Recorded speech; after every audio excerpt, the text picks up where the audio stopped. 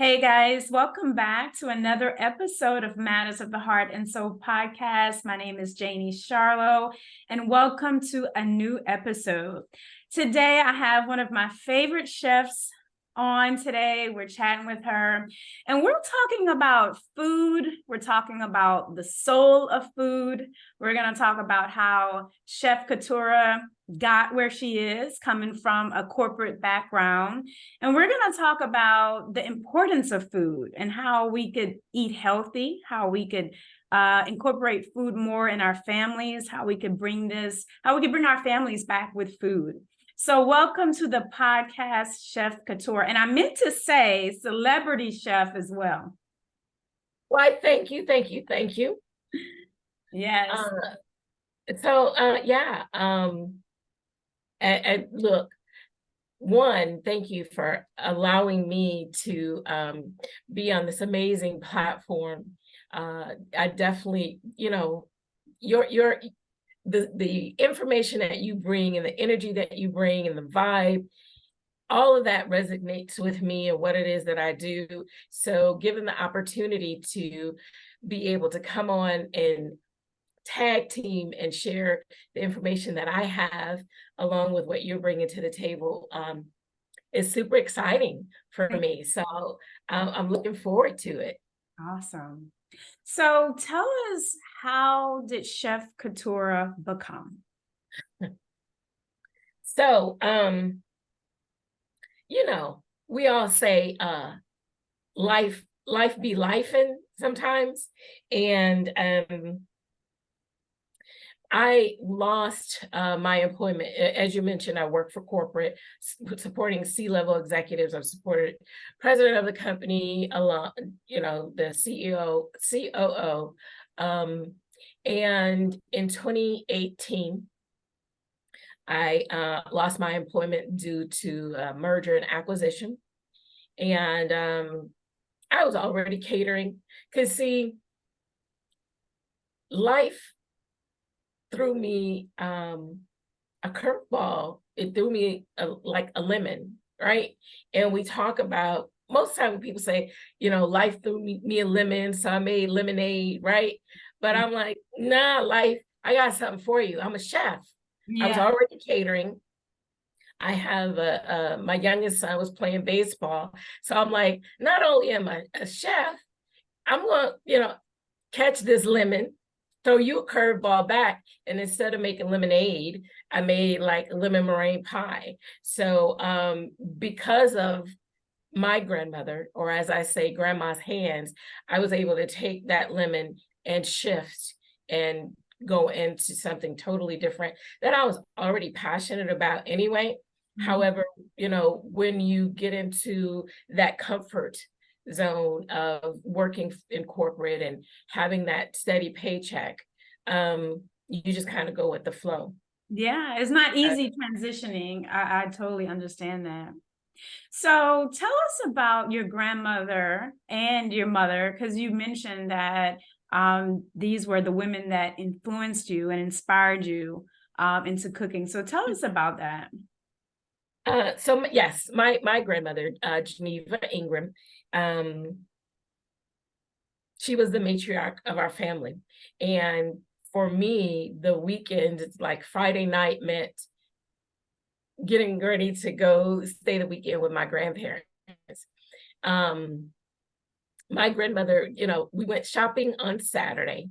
So that was a perk for me. I'm like, going shopping. But then we would always go somewhere to eat. And my grandmother made the best, we would do like a buffet. She made the best salads, right? And listening to her crunch on the croutons, I'm like, wow, that really sounds good. So, getting into the eating. And then of course, with my grandmother, going to church on Sundays, you didn't cook on Sundays. So all cooking had to be done on Saturdays. So we would go out, eat, come home, cook. So I was her sous chef. I would come in and assist her with the cooking, which in turn ended up assisting me at home. Both my parents worked. So it was, whoever got home from school first, you get dinner started. So being able to get um, that soulful down home education from my grandmother, and learning some really valuable tips from my mom, you know, it's kind of one of the reasons why when people ask, where did your love for cooking come from? Hands down, I always say grandma's hands. Mhm.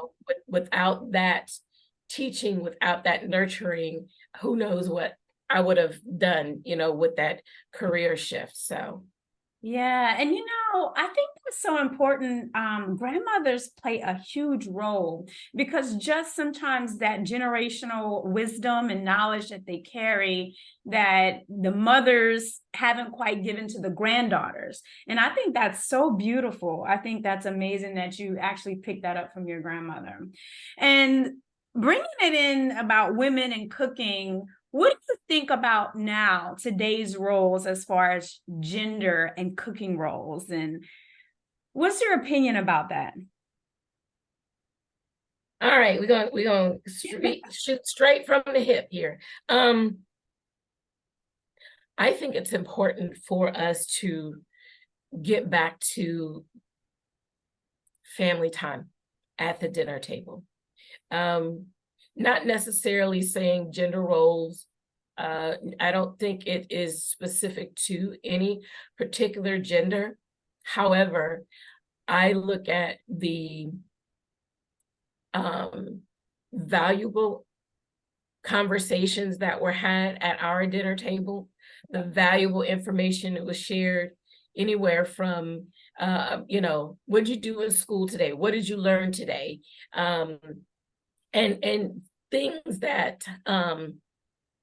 you talk about, people having book smarts, but there's street smarts and learning about life that you can't get in a book, and you definitely don't want to learn it from television. So we ate at the dinner table when I was growing up.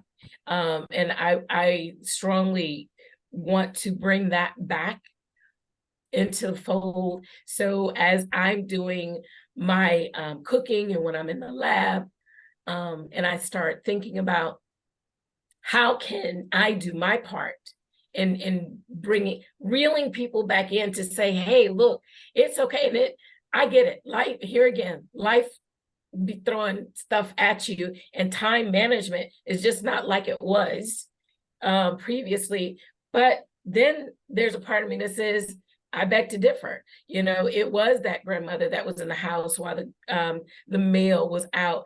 And we all know it was the cooking, it was the cleaning, it was you became the teacher, you were the doctor, you were all of those things incorporated into one. And yet and still, you still had the time to make that family time matter at the dinner table. So if your schedule does not permit to do it every night, start small, incorporating it 3 times a week, but definitely on a Sunday.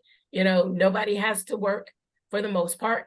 Those that have the corporate 9-to-5 jobs, and then put these things down, put those away. At least, if your dinner time is an hour, set that to put it on silent.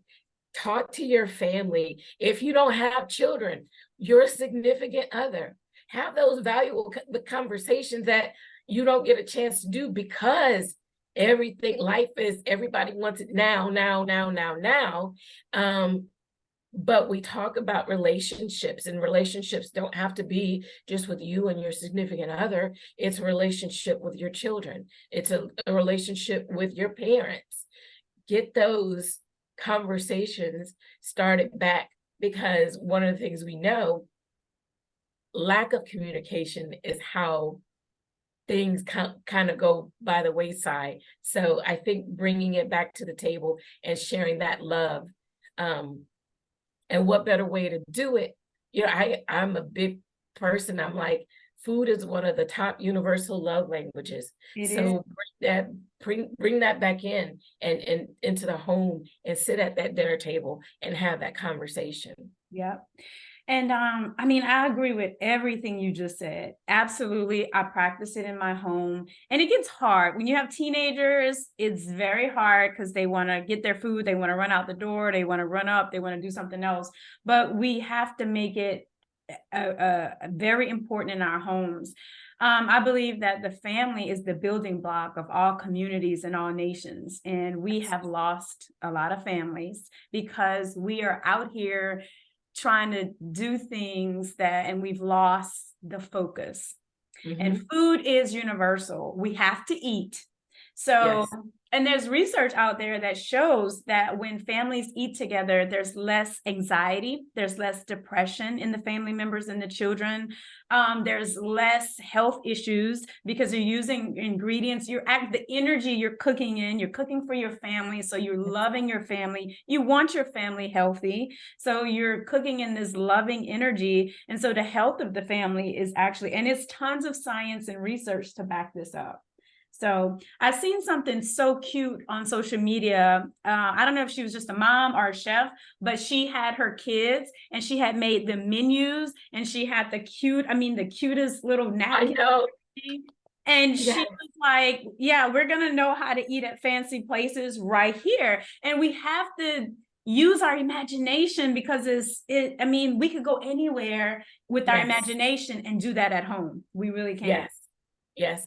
I'm glad you brought that up. So there's two, and I can't remember their social media names. However, the one that you're referring to, yes, she does this on a regular basis. Okay.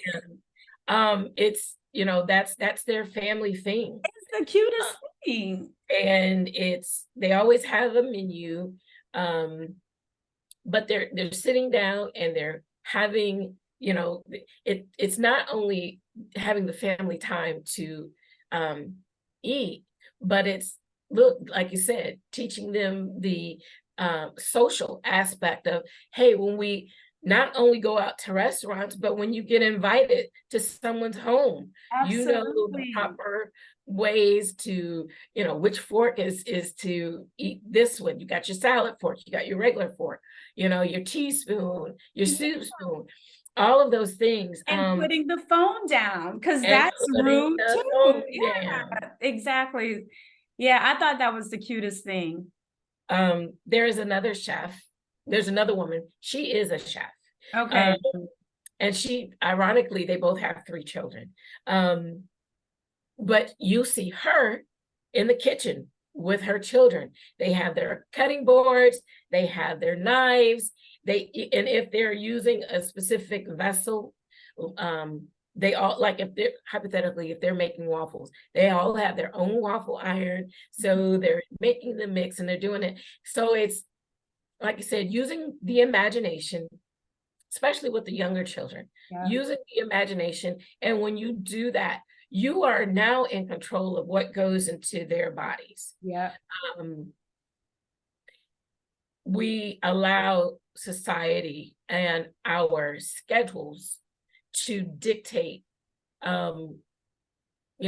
me just stop over here real quick with the fast food, or something like that. But when you take the time doing meal prep, so if you've got a busy schedule and your children are playing sports or whatever, hey, you might have to take that Sunday evening or that Saturday afternoon, whatever time fits best for you, do that meal prep for the week. So you're coming in, you're warming up the food, and you know what's going into your child's body, what's going into your body. You're watching your sugar intake, you're watching your salt intake. And, I watch a lot of, social media, and I'm not bashing social media, but I watch when people are making things and they add so many different seasonings. And I'm like, if you take it back to the basics and you use your natural herbs and you use your, of course, you want to use some salt. I use kosher salt or pink Himalayan salt. That way you don't have to use as much. But when you start using the natural herbs, garlic, rosemary, thyme, all of that stuff, you can really eliminate so much of that stuff that you're adding to get the flavor. Because when you season your proteins, your vegetables, when you season it properly, you don't have to camouflage it with all of that extra other stuff that people think that they have to You add. can keep it very healthy and taste very, very good. Yes. So let's talk about the families who are busy. You have both parents working, and it's hard for them to cook home cooked meals. Okay. How can someone like you help that family? I'm glad you asked that question. I'm working on a couple of things. One, I am working on a segment to where I will come on and show you like meals in less than 30 minutes, right? Or I spoke about meal prep. I laugh because sometimes I'll say, make a big pot of spaghetti or make a pan of lasagna. You don't even have to use meat. You can use a substitute. That's so true. Yeah. Veggies, so you can still keep it healthy if you're going to do a pasta. There are pastas made out of vegetables. You've got your spinach, you've got your zucchini, you have chickpea, and I've used all of these. They taste really, really good. So you can still eat healthy, but make large portions if someone says, you know what, I just really don't have the time to carve out a couple of hours on a Sunday afternoon to do the meal prep. Okay, so do a meal that you can eat for dinner a couple nights. And I know I'd laugh when people say, "Oh, we don't do leftovers." People say that all the time. I'm like, wait, what? Those people are probably eating fast food a lot. Yes. They are probably eating fast food a lot. And they would be amazed at the time that it actually saves when you just go ahead and get it out of the way, along with how much you really save. Exactly. When you do it like that. But which brings me to another question, because now food is expensive. All right. Do you think we could eat healthy and it not be expensive for people? Yes. Case in point, right? You take advantage. Remember that lemon that I talked about? Instead of making that lemonade, you're going to shift and you're going to make a lemon meringue pie, or you're going to make whatever your favorite lemon. I like chicken piccata. And people say, well, why do you say chicken piccata? Well, because it's one of the main ingredients for chicken piccata is lemons. You got your lemon, fresh squeezed lemon in your lemon zest. Now, with that though, I make stuff like quinoa bowls, right? You got quinoa. Great. I just had her quinoa bowl 2 days ago. 2 days ago. Amazing, and healthy. And healthy. So let's take that for instance. You got your quinoa. You get a bag of, I use black beans. So you cook your black beans. You can make your own salsa. So you're getting your tomatoes and dicing them up. If you want to do canned, I'm not a fan of it, but I'm also a realist. Get you something with no salt. That way you're still in control of the sodium that you're bringing into it. But when you prepare those black beans, if you cook that black beans in a vegetable stock or chicken stock, those beans now have flavor, right? When you season your water with the quinoa, that quinoa now has flavor. So you don't need to overpower everything else, like the tomatoes. I take a medley of bell peppers and onions. So I use the onions, the red, yellow, green bell peppers, saute that up. Now, now with that, and I mentioned this the other day when we were talking, instead of using your olive oil, you'll go with a grapeseed oil. That grapeseed oil actually has a little bit of flavor to it. So now you've got that. And the reason why I use a grapeseed oil versus olive oil, I reserve my olive oils for making homemade salad dressings. My avocado oil, my grapeseed oil are things that I use when I want a high heat Mhm. contacts so that my vegetables, I can saute them up, get a nice caramelization to them, and then you top that quinoa with that.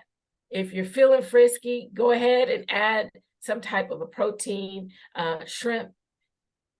The salmon is amazing on there, or get you some chicken, shred it up on top of it. You've got a whole meal, and that's something that's healthy.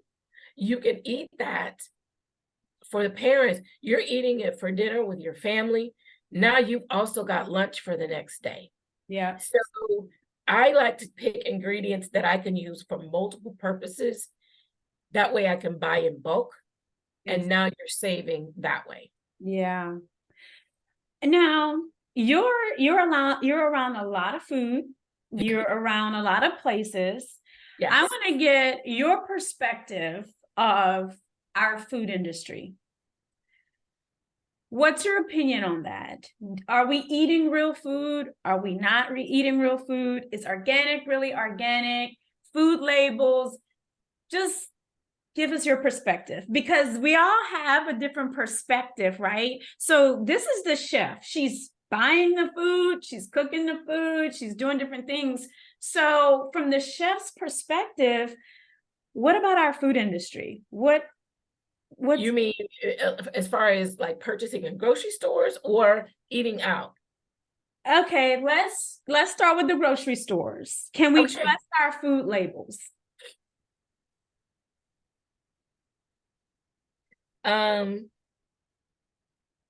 I have mixed opinions on it, honestly. And the That's reason why fair. the reason why I say this, I am a contributing author to a magazine, and the most recent article that I did was speaking about farm to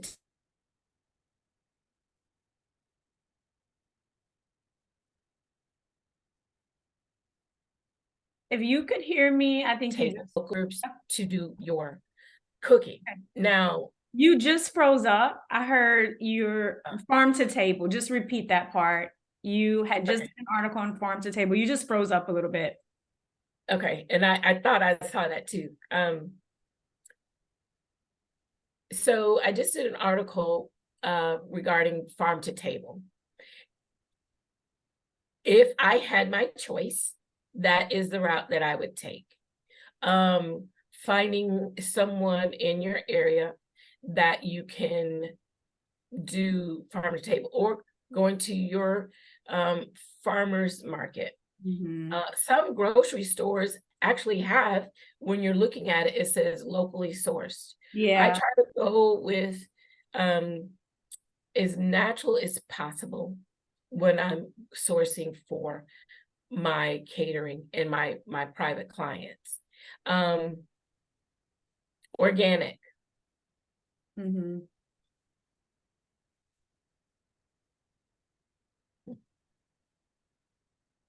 I have sometimes I look and I read and I do my research. I do my due diligence. Sometimes I'm like, they're putting labels and it's not. Right. Just keeping it real.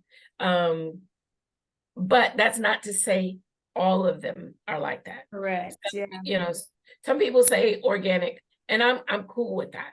If that's um as as my mother says, trust but verify, right? If you're if you have a particular store that you shop at on a regular basis and you're concerned really about your health and what you're putting into your body, do a little bit of research. Mm-hmm. It'll tell you exactly where it's coming from. Yeah. And it's trust but verify. You trust that they have that, but verify it. But it's just like, and I don't want to single out grocery stores. A lot of stuff that you do, Oh, um, absolutely. It's you know, everything. Yeah. Mm-hmm. um, when it says if a label has it's vegan, read the ingredients. That's why when I have clients that say, do you do vegan meals? And I'm like, because some people will say vegan, not realizing there's a huge difference between vegan and vegetarian. Yeah. Yeah. I do vegetarian. Will I do vegan? I know how to, but you have to be very specific for vegan clients. Those that are vegan, if you are using something that they might be there for health reasons, their body can't digest, you don't want to tell somebody it's vegan and it's not. That's So you gotta be very careful with that type of stuff. So here again, what you buy, you want to trust that your stores are being honest with you about it, but trust but verify. That's helpful information.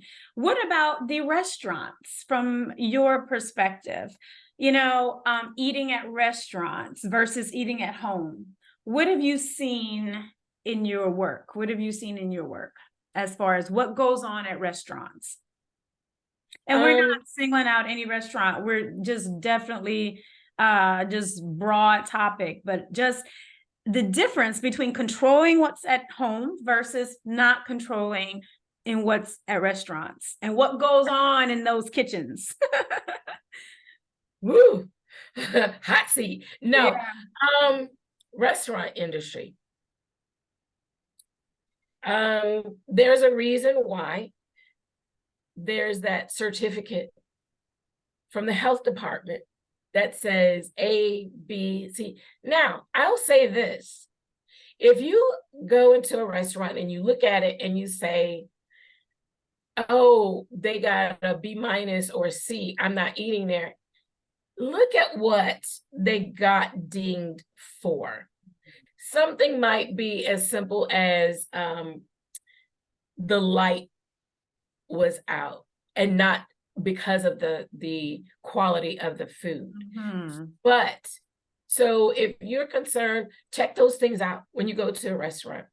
Look at their rating and look at what they were received their ding for. They're looking for another word. But I have found that I like eating at home so much better. I go places sometimes and I'll eat it and I'm like, it's way too much salt. It's like, oh, they got a little bit heavy-handed on the salt. Or you ask a specific question, like there's this one restaurant here that I really like,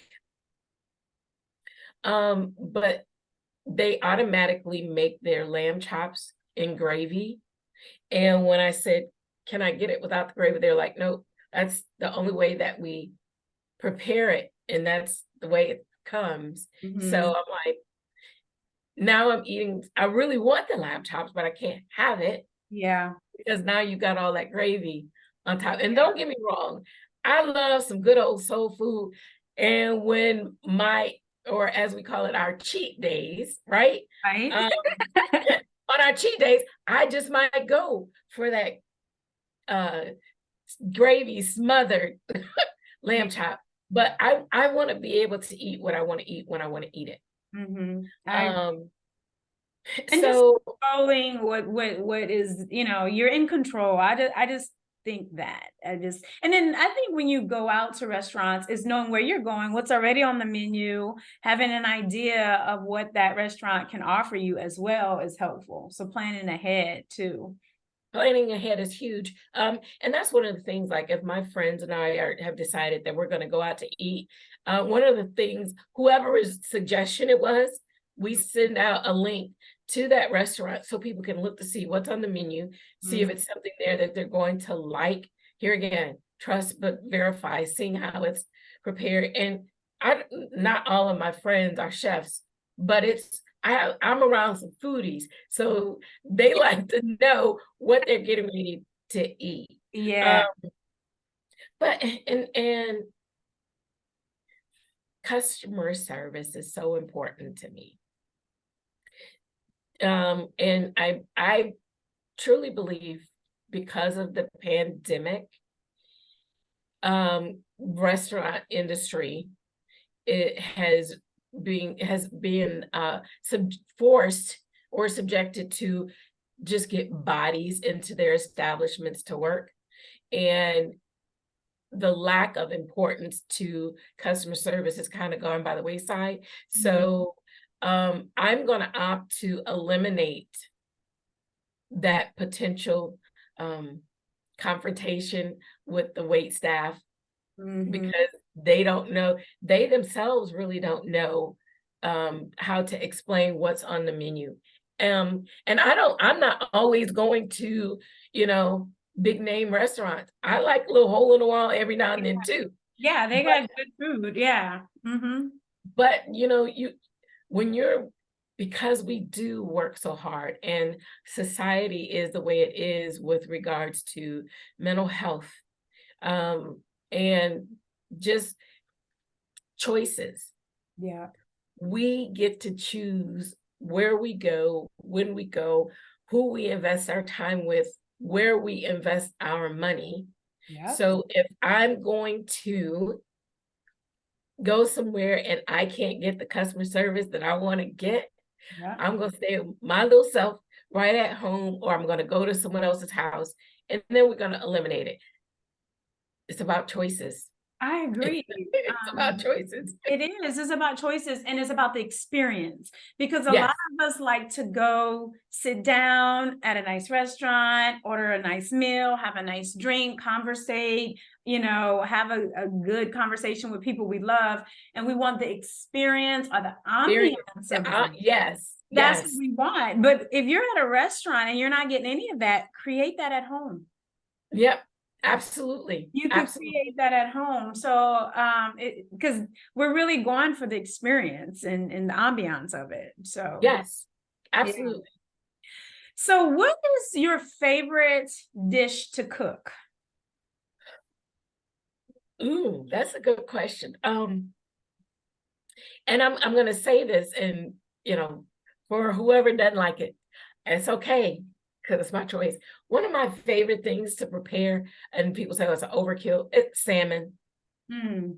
I have perfected salmon, and then when I get a chance to stuff it, now there's a stuffing that I create, and it's with breadcrumbs, and I'll use shrimp, I'll use real crab meat, real crab meat, along with Dijon mustard and a couple other seasoning, lemon, and then I stuff it.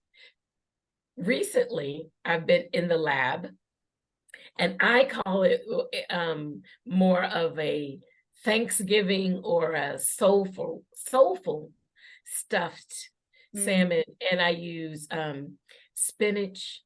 There is around, I don't know if they have it all the time, but I know around the Thanksgiving holiday, there is a goat cheese that's got cranberries and orange in it. And I'll take that spinach and saute it up with some onions and tomatoes.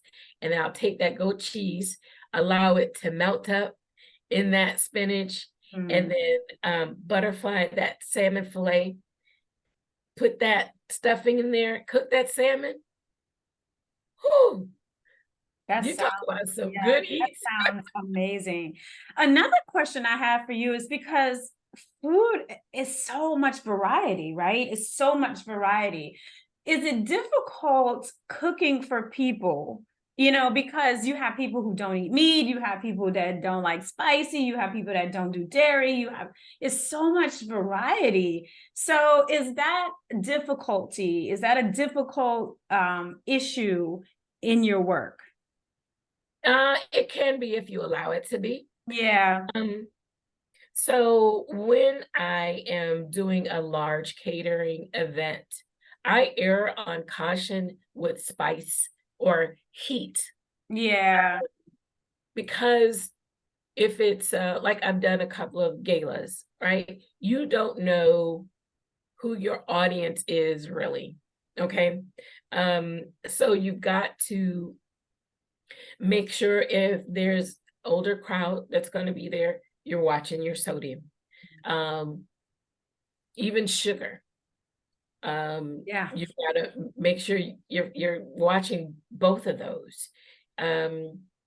When it comes to my private clients, I will give them an intake form. I'll either email it to them and ask them to complete it for me, or if it's someone that reaches out to me and they might be driving, I'm like, hey, cool, no problem. I'll go ahead and complete it. And there are specific questions that I will ask: dietary restrictions. Do you have any allergies, specifically nut allergies, right? Yeah. And then find out from what are they vegan? Are they vegetarian? Are they pescatarian?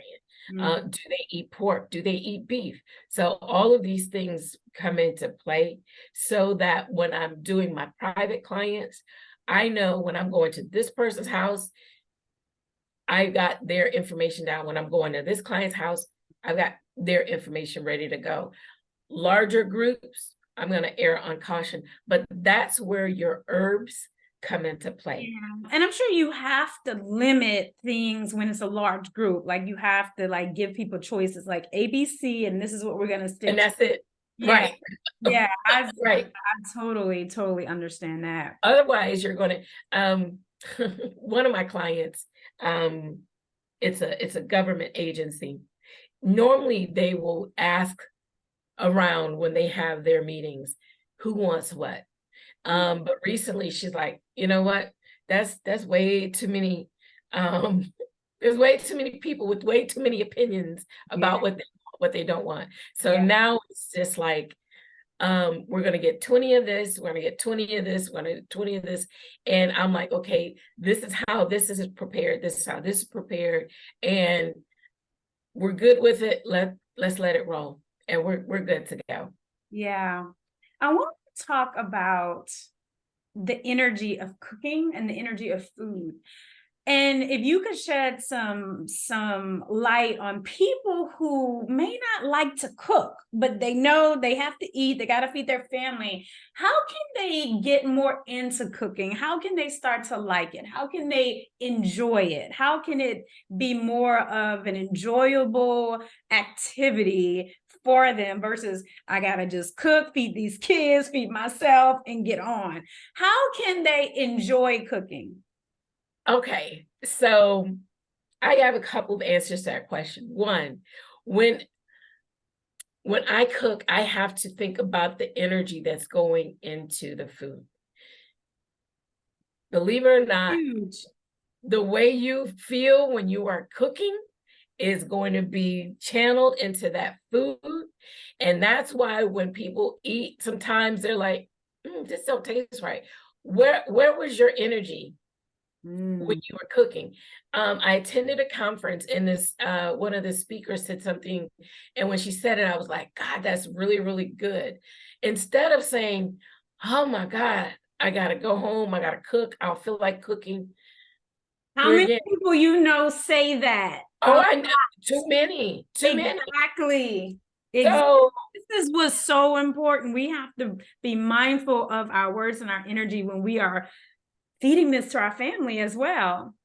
absolutely. And here again, it's about choices, right? So instead of saying, oh, I got to say, oh my God, I get to go home and cook dinner for my family. I get to go home and we're going to throw down on this chicken. Oh, we're going to make us some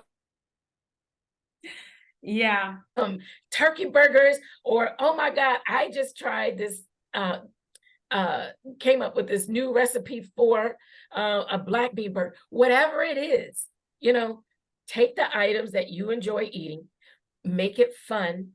And for me, when I'm in the lab, my juice is good flowing, I'm listening to some music. Yeah. One of my favorite, and so going back to the universal love language, music, food, those two go hand in hand for me. So I'm going to put on some Prince. And it speaks to the soul. I mean, it does. Food speaks to the soul, music speaks to the soul. And it's so important that we are putting this good energy in our food. Because I tell people, listen, you could sit there and be eating a burger All right. Or you could speak over that burger, pray over that burger, put some good love into that burger. Yes, Or yes. you could be sitting over here eating a salad, but you angry at the world, you're upset, and that burger is going to heal you before that salad. Before that salad will. All day. All day. All day. And, look, I really want people to understand, and they, it's been said, for years and years and years. Like you said, it's a known fact. It's a scientific fact. You are what you eat. Your energy is what you're putting into your body. So when you're talking about taking care of yourself, mind, body, and spirit, when you're taking care of your body, make sure that you are channeling love into that food. And if you had a bad day at work, before you walk in that door to prepare your dinner for your family, remember, that's your family or your significant. Even if you're preparing it for yourself, yes. Even if you're preparing it for yourself, sit in your car, sit in your driveway for like 5 minutes. Give yourself some positive affirmations and say, before I go into this house and take this negative energy with me, we're going to leave all. So when I open up this car door, all that negative energy is going to go out. And when I go inside, boom, we're going to get to cooking. And if you need to pour yourself a nice glass of wine to woosah, do it. Don't drink the whole bottle. It goes a long way. You have no idea. And I've always blessed the hands that prepared the food if I didn't prepare it, or if it's catered, if it's a restaurant, especially. Yes. Because sometimes it's not about you if that person is going through something. So sometimes bless the hands that prepared the food, because words have power. You're infusing your food, your drink, your water, everything with your energy. And I'm telling you, that burger will heal you before that salad. If you sitting there just hate words and hate speech and all that to the salad, you're gonna be sick with a salad.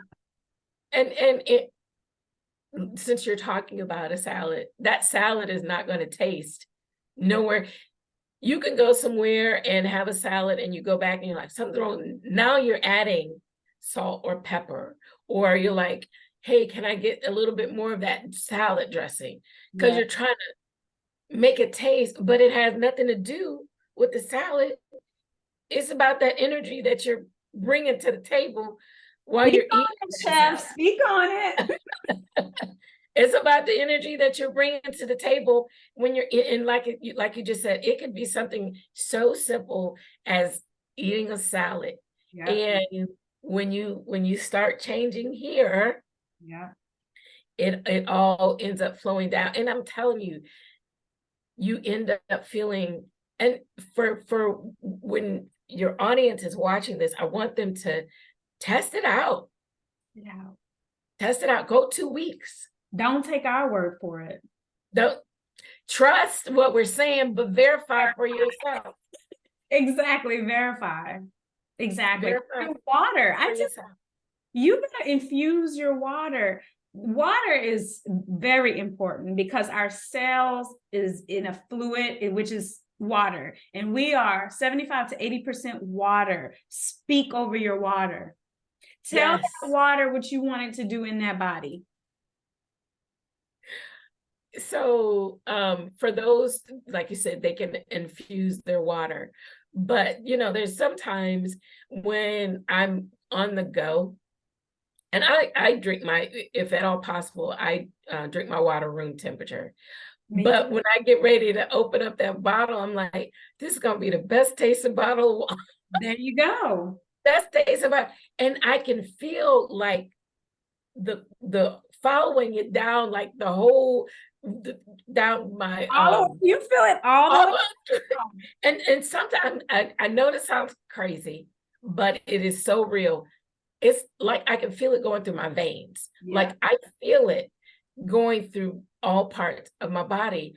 And it's amazing just being able to speak it into existence. Exactly. And we don't realize the power of our words. So let's talk about Thanksgiving. Thanksgiving is coming up. Yes. Tell our listeners, first of all, how they can reach you. Tell us more about your book, how they can get your book, and what you have. What is there any recipe we should be trying this Thanksgiving? And how can we keep it healthy? You know, even though it's a time of giving thanks and giving and gratitude, and we'll be around a lot of family. How can we keep it healthy for our families? Okay, we'll start there first. If you're doing a traditional Thanksgiving, most of the time it is going to be turkey, right? Turkey or ham. I'm going to go with the turkey. You can inject the turkey. You know, they have some grocery stores, they have the Cajun injector, inject the turkey. Well, let me back up. With your turkeys, and this is extremely important, and I should have started out with this. Make sure you're thawing your turkey properly, okay? Do not allow your turkey to thaw on the counter. If you are purchasing a turkey, make sure you purchase it several days before you're going to cook it. So if for Thanksgiving is Thursday, this coming Thursday, you should be buying your turkey no later than Saturday. Yeah. Mm-hmm. Or you know, Because by then it is gonna be gone. It won't be no more turkey. yeah. So get it today, get it tomorrow. Hopefully you've got room in your refrigerator. The proper way to thaw your turkey is in the refrigerator. And depending on the pounds, how much it weighs, will dictate how many days you need for it to thaw properly. A heavy pound turkey, on average, is going to take about 3 days to thaw out in your refrigerator. Wow. Now, let's say you're team procrastinator, and Yeah, because I was gonna ask now, what about the people that bought the turkey the day before? Are we eating like, frozen turkey? yeah. So for those that are purchasing on Wednesday, you're going to need to give that turkey what I call it a cold bath. And that is submerging that turkey in cold water. Now, according to the powers that be, you need to swap out that water every 30 minutes. So that's time consuming. I do every hour, just to be perfectly honest. I will do every hour. You keep it in the packaging that it comes in, submerge it in water. But if that turkey is already frozen and you're using cold water, not hot water, using cold water, this is like taking a tempered bath, right? You put it in there at a certain point. Now that frozen turkey is still cold, it's going to turn that water back ice cold versus tap water cold. So you got to pour it out, replenish it until it goes and it's thawed properly. So the best thing to do is get that bird ahead of time so that you can allow it to thaw properly. If you, I'm gonna tell you, if you thaw it out on the counter the day before, because you've waited to the last minute, bacteria is gonna set in, and now you got sick family members because you didn't take the time to thaw out your turkey prior to. So that turkey. go get Call Chef Kitura if you don't want to deal with the turkey. Or give me a call. Yes. Really quick, get your turkey. You can use injected, or here's something I always say: when you have time, always brine that turkey. Brining is you can use all kinds of seasoning, but to keep it simple, salt water. Give it a salt water bath. That way, that salt is getting into the turkey, and you don't have to use any more salt on the outer layer. That's where you go into using your natural herbs and spices on the outer layer. Does that allow it to defrost but preserve almost? Is the salt serving as a preservative almost, or? The salt is doing a couple of things. It is bringing the flavor. Have you ever gone somewhere and you're like, let's take chicken, for instance, right? You bite into chicken and that skin tastes amazing. And you're like, oh, this is really, really good. But then when there's no skin and all you have is the flesh of the chicken left, there's no seasoning whatsoever because they didn't allow it to marinate long enough. I gotcha. Okay. So the brining is going to, one, allow that salt to seep into the protein itself. So since we're talking about the turkey, it's going to get into there. And it also makes moisture. That's going to be one of the moistest turkeys. Yeah, because you hear people around the table, the turkey's a little dry. Right. Yeah. So yeah. So once you get to the point and you have taken it out of the refrigerator, on Wednesday, brine it for a couple of hours. That way, when you get up Thursday morning to pop it in the oven, you can go ahead and season it. Use a lot of onions, rosemary, thyme, your spices. If you want to inject, you can make your own injection. Mm-hmm. And then that way, here again, you are in control of how much salt is going into the injection. I use it because it's, if I want to do like a Cajun turkey, I like that flavor inside there. How to prepare it. Oven roast is excellent. I have an oilless infrared air fryer. So when you hear people talk about fried turkeys, I have one, there's no oil needed. It's like a outdoor air fryer. Yeah. And it's some of the best turkey you will ever have. It's a fried turkey, but there's no oil. So you're getting that fried turkey without the fat of and the do you oil. like the air fryer? I find that it's been great in cooking healthy foods pretty fast. And do you like cooking with the air fryer versus frying? I don't know how we live without it. Now, if you are eating healthy and you're trying to, I use my air fryer pretty much for a lot of stuff. It still gives an outer coating. Now, I'm very specific about, if you're doing like a fried chicken, I won't add any flour to it. Not when I'm using my air fryer. I reserve the flour for that show enough. Somebody's like, nah, I want some show enough real fried chicken where you got to batter it up and all of that. Then I won't use the air fryer for that. Yeah, you'll probably deep fry or fry it. Yes. Yeah. Okay. Yeah. But you won't be disappointed in using it. And they've got as I say, they have 11 million air fryers out there. They do. So do your research. Yeah. That's good turkey tips though. Some great turkey tips. Thank you. So do you have any services this Thanksgiving? Are you having any Thanksgiving meals that you're preparing? How can people reach out to you if they don't have time, but they want their family to enjoy a very delicious Thanksgiving meal? So how can they reach out to you, and what are you having right now? So this year I am doing meats only. Previous years I have done meats and sides, but because of my availability, I am doing meats only.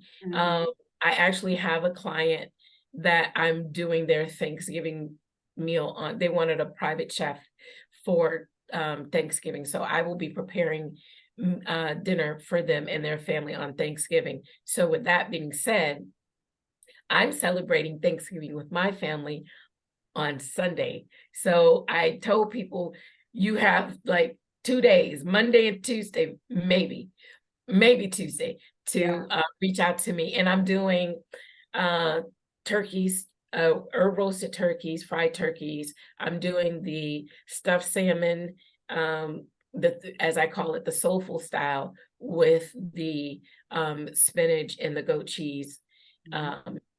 If someone says, well, I want the seafood one with the crab and the shrimp, I'll go ahead and accommodate them as well.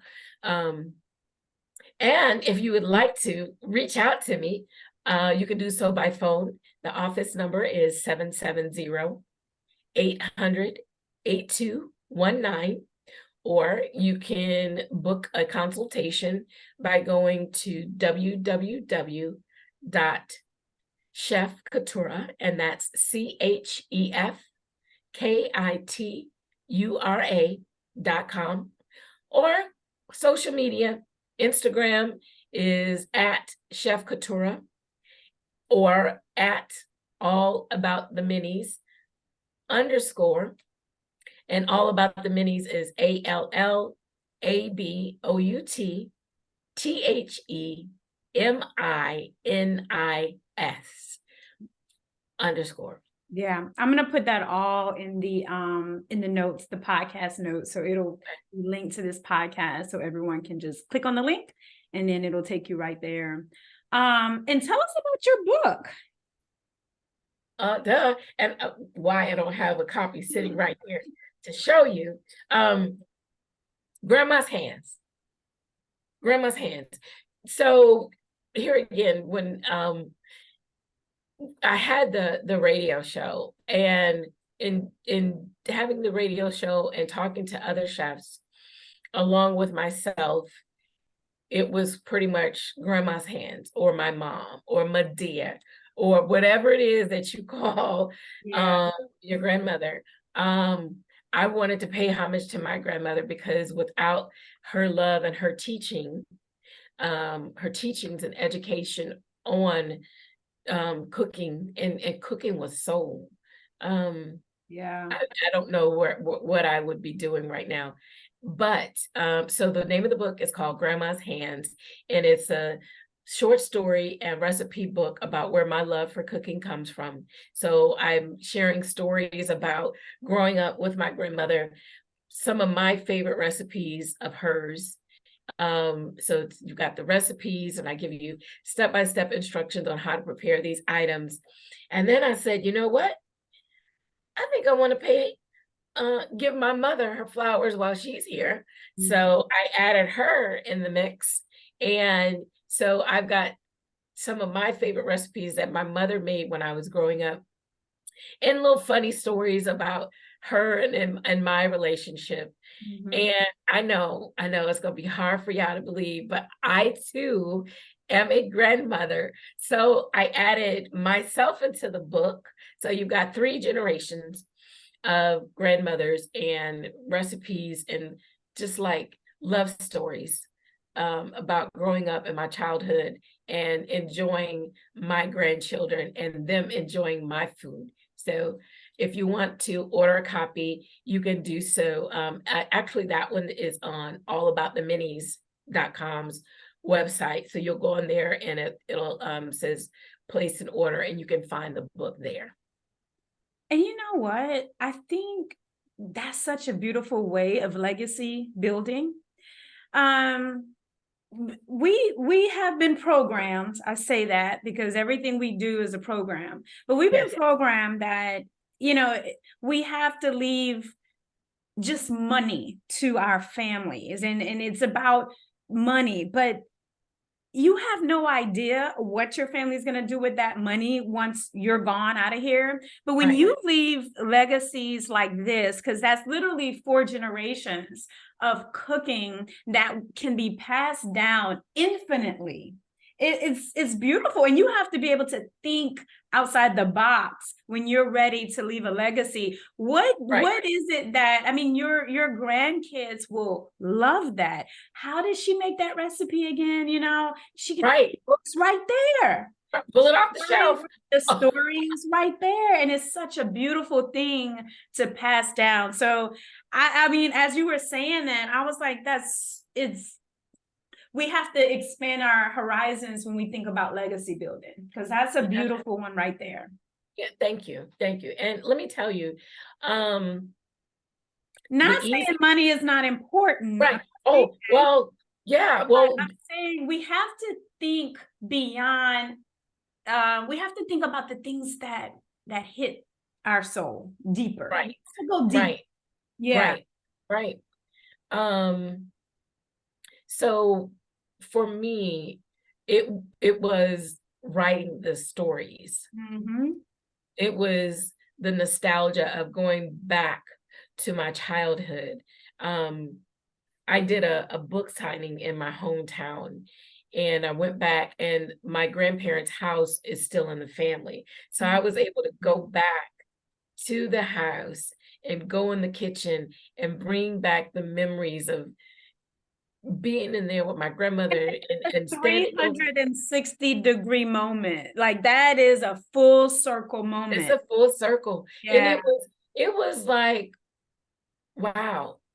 And I could play it back in my head, you know, grab this out of the refrigerator, go get this out of the refrigerator, and being on a little step stool so I could watch what she's doing. And it was really, really awesome. Yeah. Funny story. You know, when you're little, houses look like huge. Right. They So do. They really do. So funny. I'm in my grandparents' kitchen. I'm like, I don't remember it being this small, but it was so heartfelt and so warming to be able to go back and just have those memories. And I could smell, like, if she was frying chicken, she made some mean fried chicken. Yeah. But I could feel all of that. Yeah. So the hardest part was actually writing the recipes, because, you know, when you are, you know, old school, taught by your grandmother, right? Or as they say, let the ancestors speak to your soul. Yeah. When you're cooking, you've got a pinch of this, or, you know, shake it till, you know, you see the coating, or whatever your little secret is. Yeah. But my pinch may not be your pinch. So I can't say a pinch of this. Exactly. And so I had to go and prepare these recipes so that I could make sure that I'm giving the correct information when I was writing the book. So I had the stories done like that. It was the recipes that took the longest amount of time. Exactly. And a lot of people just cook to taste. They know it. They've done it forever. They it's in here. They don't, it's no recipe. We know how to do this. Yeah. Yep. Yeah. So definitely grab the book. I think that's a beautiful legacy story. I mean, that's beautiful. And your grandkids will be able to know about their great grandmother through you. Yes. Yes. And how many of us, we don't even know our grandmothers, our great grandmothers, we don't know their names. We don't know them. We don't know them. So when I tell you that's beautiful, because how else will your grandkids know them 2 generations ahead? So right. But so one last question, and then we're gonna wrap up. Okay. What would you say is the greatest matter of your heart right now, today, the timing of this podcast? The greatest matter of my heart. Wow, that's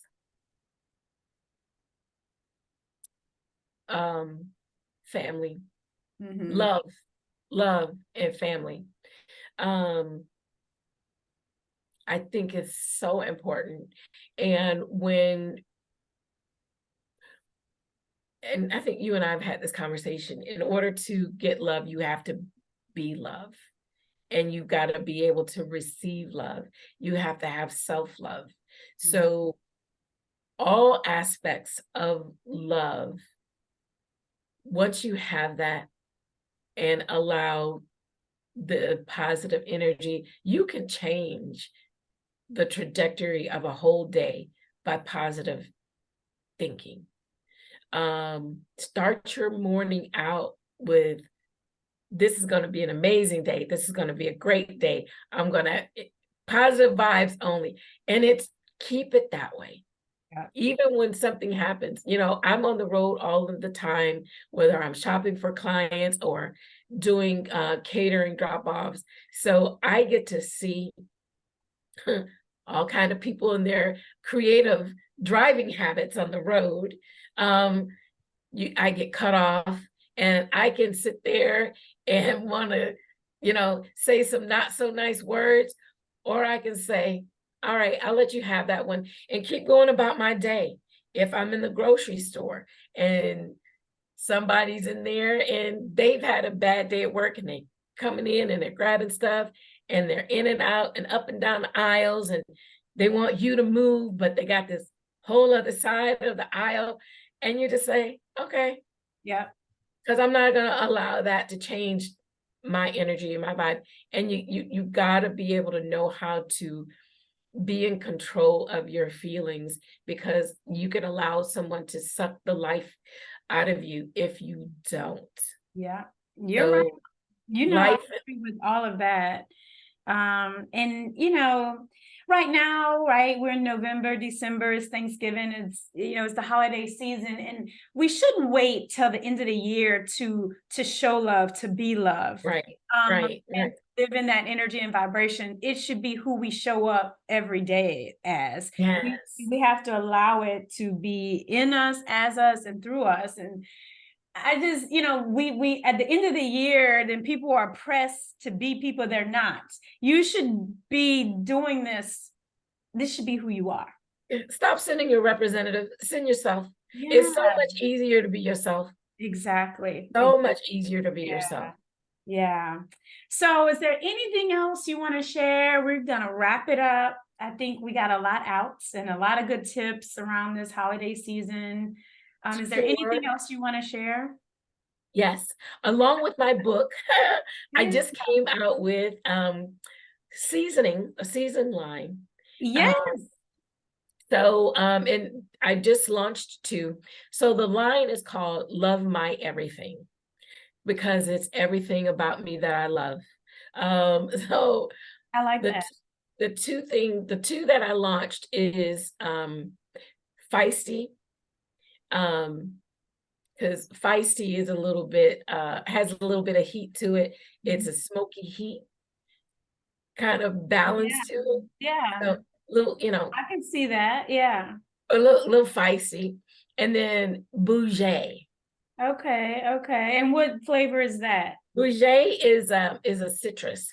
So I've got lime zest, lemon zest, orange zest, along with some natural herbs all up in there. And that one is low sodium, almost no sodium, but I did add a little bit of salt. A little tangy. Little twang to it. Yeah. But I use that on my vegetables and my seafood. Okay. So, and how can we get the seasonings? Those are on the Chef Kitura website. Okay, awesome. And I'm going to have all her links down in the notes of this podcast. So guys, this has been another episode of Matters of the Heart and Soul podcast. We just finished talking with my personal chef, Chef Kitura. She's been an amazing part of my life. And reach out to her. We are in Thanksgiving and Christmas and holiday season, New Year's, whatever you're doing this year, holiday parties, corporate parties, Christmas parties, reach out to her. I know it's a busy time, so reach out early. Grab her book, Grandmother's Hands, and her seasonings. And this is a time where we do have to put love in our food. Yes. We have to come back to our families. We have to be in charge of infusing what we want in our food in our homes, right? Yes. I support restaurants. I love restaurants. I'm not saying don't. I'm saying everything starts in the home. Right. We have to teach our kids, about food, about healthy eating, about not being rude at the table, things like that. Like I think we've lost our way a lot, and there's a lot we could blame, right? But I don't like talking about problems. I like talking about solutions. Right. So again, we appreciate you guys. Please like, subscribe, and share, and we will catch you guys at the next episode. Take care. Thank you.